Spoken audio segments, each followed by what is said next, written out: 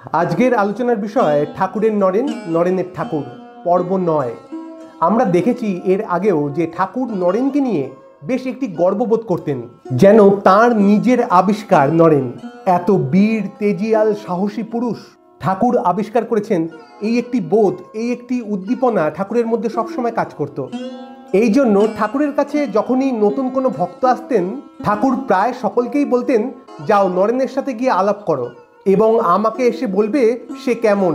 আসলে নরেনের সাথে আলাপ করে সকলে যে ঠাকুরের কাছে এসে নরেনের ভূয়সী প্রশংসা করতেন, সেইটি শুনে ঠাকুরের বড় আহ্লাদ হতো। তিনি যেন লাফিয়ে উঠতেন। এবং আরেকটি জিনিস ঠাকুরের মধ্যে দেখা যেত যে কোনো শিক্ষিত বুদ্ধিমান মানুষ যদি ঠাকুরের কাছে আসতেন, তো ঠাকুর কোনো না কোনো উপায় তার সঙ্গে নরেনের তর্ক বাঁধিয়ে দেওয়ার চেষ্টা করতেন।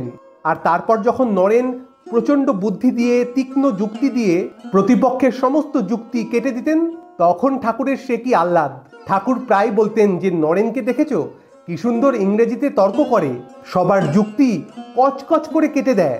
আর নরেনের সম্পর্কে কোনো প্রশংসা শুনলেই ঠাকুরের মুখের মধ্যে যে জ্যোতি ঠিকরে বেরিয়ে আসতো, যে আনন্দের আভা ঠাকুরের সারা শরীর জুড়ে ফুটে উঠত, তা দেখবার মতন। তো আমরা জানি যে স্বামীজি ঠাকুরের কাছে যখন এসেছিলেন প্রথম, তারপর কিছুদিন পর দক্ষিণেশ্বরে আসলেন মাস্টারমশাই, অর্থাৎ কথামৃতের লেখক শ্রীম, পুরো নাম শ্রীযুক্ত মহেন্দ্রনাথ গুপ্ত, সকলেই মাস্টারমশাই বলে ডাকতেন। তো এই মাস্টারমশাই যখন প্রথম আসলেন ঠাকুরের কাছে এবং ঠাকুর জানতে পারলেন যে পুঁথিগত দিক দিয়ে মাস্টারমশাই অনেক শিক্ষিত, প্রচুর জ্ঞান, অর্থাৎ পুঁথিগত জ্ঞান। তো এইটি জানার পর ঠাকুর একদিন দক্ষিণেশ্বরে, স্বামীজি সেদিন রাত্রেবেলায় ঠাকুরের কাছে ছিলেন, তো পরের দিন সকালবেলায় স্বামীজি পঞ্চবটী বনের দিকে রয়েছেন। একটি গাছের নিচে স্থির হয়ে স্বামীজি বসে আছেন। তো হঠাৎ করেই ঠাকুর সেখানে উপস্থিত হলেন এবং নরেনকে এসে বলতে লাগলেন, নরেন চল ভিতরে চল। তো স্বামীজি একটু ইতস্তত করলেন যে হঠাৎ করে কেন। তখন ঠাকুর তার নরেনের হাত ধরলেন, হাত ধরে টানতে টানতে বললেন, চল দেখি, আজ তোর বিদ্যা বুদ্ধি বোঝা যাবে। হাসছেন আর বলছেন, আরও বলছেন ঠাকুর যে তুই তো মোটে 2.5খানা পাশ করেছিস।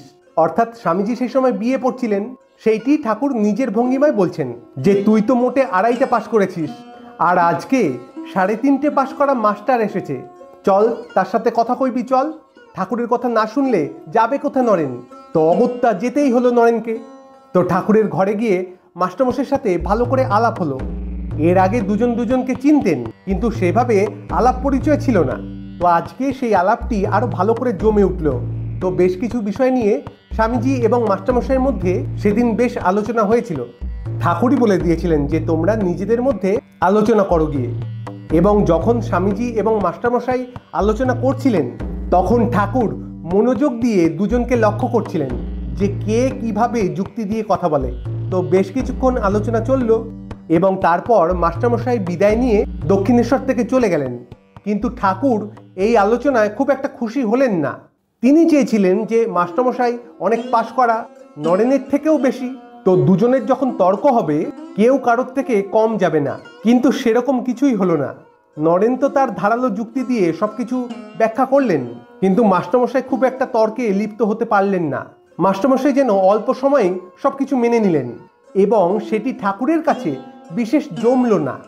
তাই মাস্টারমশাই চলে যাওয়ার পর ঠাকুর বলছেন, শুধু পাশ করলে কি হয়, মাস্টারটা কথা কইতে পারে না। কিন্তু প্রকৃতপক্ষে এটি মাস্টারমশাইয়ের দোষ নয়।